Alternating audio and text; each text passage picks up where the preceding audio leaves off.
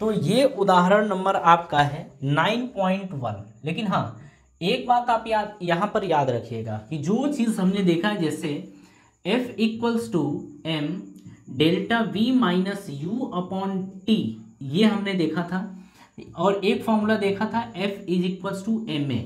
हम देखेंगे कि इन्हीं दोनों फॉर्मूलों का यूज़ करके हम सारे क्वेश्चंस करेंगे।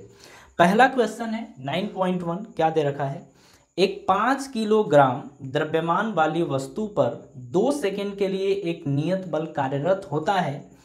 यह वस्तु के वेग को 3 मीटर पर सेकंड से बढ़ाकर 7 मीटर पर सेकंड कर देता है। लगाए गए बल की मात्रा ज्ञात करिए।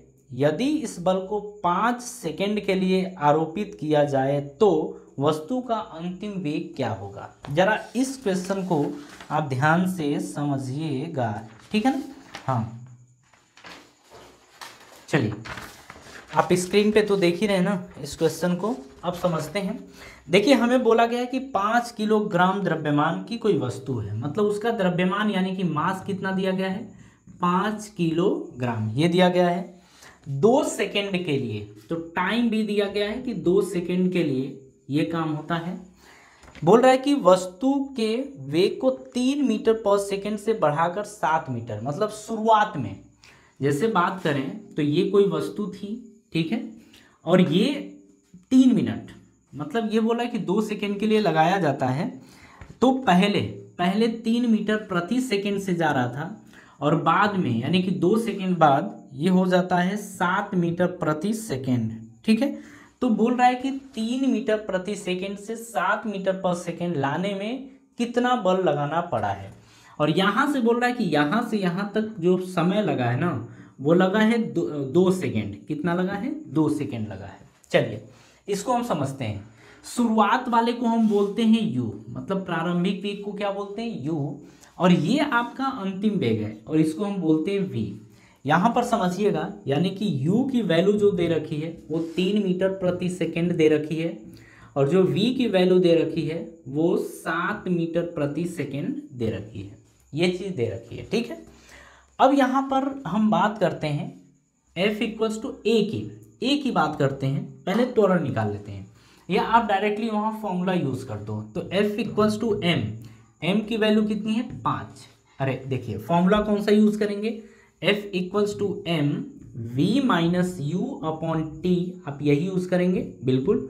m की वैल्यू कितनी दे रखी है, 5, तो ये 5 है। v की वैल्यू कितनी दे रखी है, v की वैल्यू 7 है, 7 माइनस u की वैल्यू 3, ये दे रखा है, अपॉन t की वैल्यू कितनी दे रखी है, 2 सेकेंड, तो ये 2। अब यहाँ से 5 गुणे 7 में से 3 तो 4 बटे में ये 2 आ गया, तो 2 दूनी 4, तो 5 दूनी कितना हो गया, 10।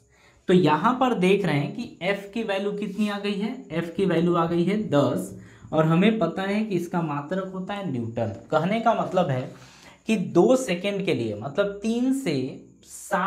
3 मीटर पर सेकंड से 7 मीटर पर सेकंड अगर लाना है आपको, अगर इसका वेग 3 से 7 लेके आना है 2 सेकंड में, तो आपको 10 न्यूटन का बल यहाँ पर लगाने की ज़रूरत पड़ेगी।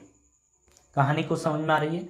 तो ये एग्जाम्पल बेहतर है, आप इसे ध्यान रखिएगा, इतना टफ है नहीं, लेकिन हाँ, अगर किसी चीज़ को आप अच्छे से नहीं समझ पाएंगे तो वो आपके लिए टफ ही है, ठीक है। एक चीज़ और दे रखा था, यदि इस बल को 5 सेकंड के लिए आरोपित किया जाए तो अंतिम वेग क्या होगा, काम की चीज़ है। बोल रहा है कि अगर जैसे हम 2 सेकंड यूज़ किए हैं ना, 2 सेकंड के लिए ये बल लगाया गया है, अगर इसी को 5 सेकंड के लिए लगाया जाए तो फिर वहाँ पर उसका वेग क्या होगा। चलिए उसको समझ लेते हैं।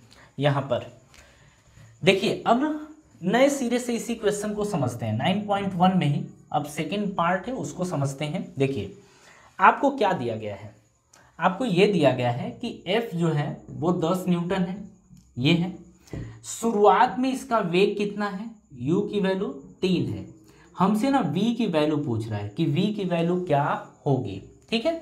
और यहाँ पर एक चीज़ और दिया गया है, यहाँ पर दिया गया है आपका कि 5 सेकंड के लिए, 5 सेकंड के लिए, जहाँ 2 सेकंड था वहाँ 5 सेकंड, यानी t की वैल्यू अपने को दे रखी है 5 सेकंड। अब कहानी समझिएगा, F इक्वल्स टू क्या होता है ma, लेकिन यहाँ पर समझिए m की वैल्यू कितनी थी 5 थी, m की वैल्यू 5, m की वैल्यू हाँ 5 किलोग्राम थी। ज़्यादा इससे मतलब नहीं है, लेकिन अपन एक काम करते हैं ना, हाँ लगा लेते हैं। m की वैल्यू 5 किलोग्राम ये दे रखा है।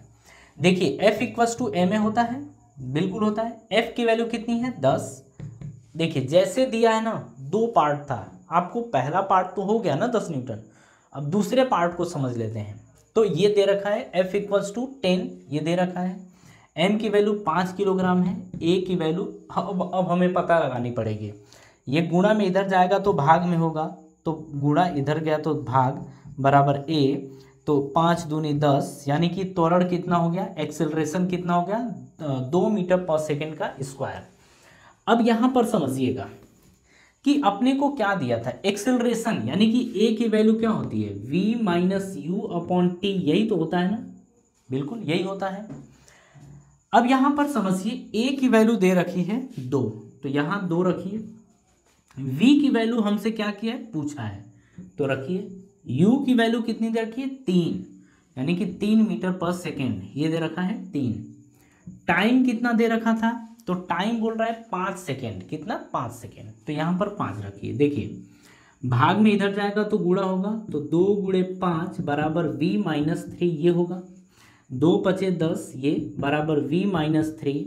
इसको आप इधर लेके आओ तो 10 प्लस 3 बराबर v बचेगा, तो 10 प्लस 3 कितना होता है 13, यानी कि v की वैल्यू आ गई है 13 मीटर प्रति सेकेंड। कहने का क्या मतलब है कि अगर उसी बल को, सेम बल को अगर 5 सेकेंड तक लगा दिया जाए तो अंतिम वेग जो होगा वो 13 मीटर प्रति सेकेंड होगा। ठीक है, चलिए समझ लीजिएगा, इतना ये टफ है नहीं, बस ये है कि अभी आप बच्चे हैं ना, तो आपको थोड़ा सा टाइम लगेगा चीज़ों को समझने में, लेकिन ऐसा नहीं कि आपको समझ में नहीं आएगा, आपको सारी बातें समझ में आ जाएंगी। अब नेक्स्ट एग्जाम्पल की बात करते हैं अपन।